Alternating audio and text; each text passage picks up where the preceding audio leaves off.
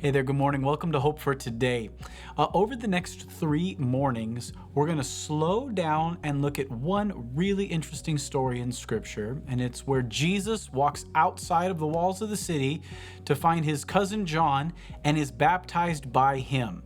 Have you ever wondered to yourself, why on earth did Jesus get baptized? Shouldn't he have been the one who did the baptizing? Well, that's a great question, and it's a really fascinating story if you're willing to slow down and pick the pieces out.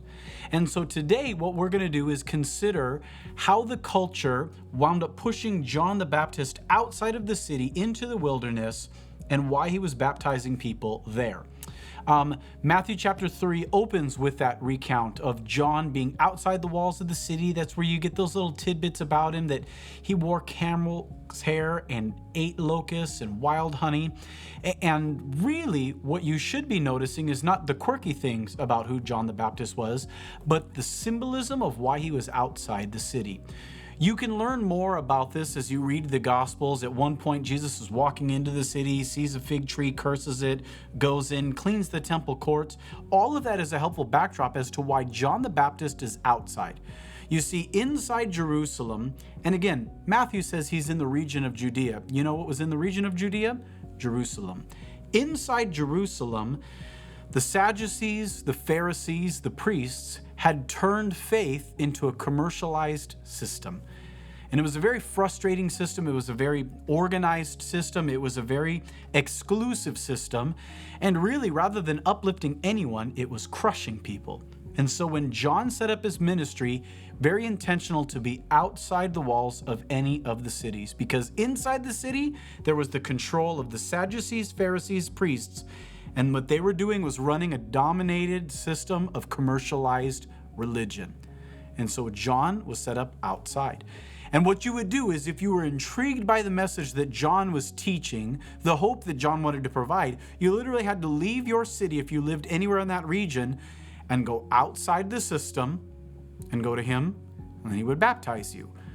And so if you're thinking about it, in either old days or modern days, there was this centralized system of religion that was churning people up. And if you wanted to be part of something that was more hopeful, you would leave that system, go outside the walls of your city, and John would baptize you. And that baptism was a demonstration that I don't see any hope in the system inside my city walls.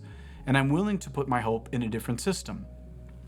So as you're thinking that through, why on earth then would God put John so close to the life of Jesus? Wasn't he just going to do that anyway? And again, why is John baptizing if Jesus is alive? Why is John baptizing if Jesus is going to lead? Well, there's really important clue in verse 3. Matthew chapter 3, verse 3. It says, hey, actually, this has already been written about. The life of John the Baptist has been previewed for us, and it says this, that the life of John the Baptist is to prepare the way of the Lord, to make his path straight. So as we look at this story in Matthew chapter 3 of John and Jesus and what their leadership and symbolism is doing, it's really actually helpful, because what John was doing was trying to speak into a culture that was tearing itself apart with its system of organized, commercialized religion. And John knew that if he could call people out of that bubble and baptize them into a moment of peace and hope, then all of a sudden now their minds are ready to hear the message of Christ. And so today, part 1 of a quick little 3-part series on how we can look at the baptism of Jesus and how it impacts today, it's just simply this. For John to make the path straight for Jesus, he set up shop outside of the culture.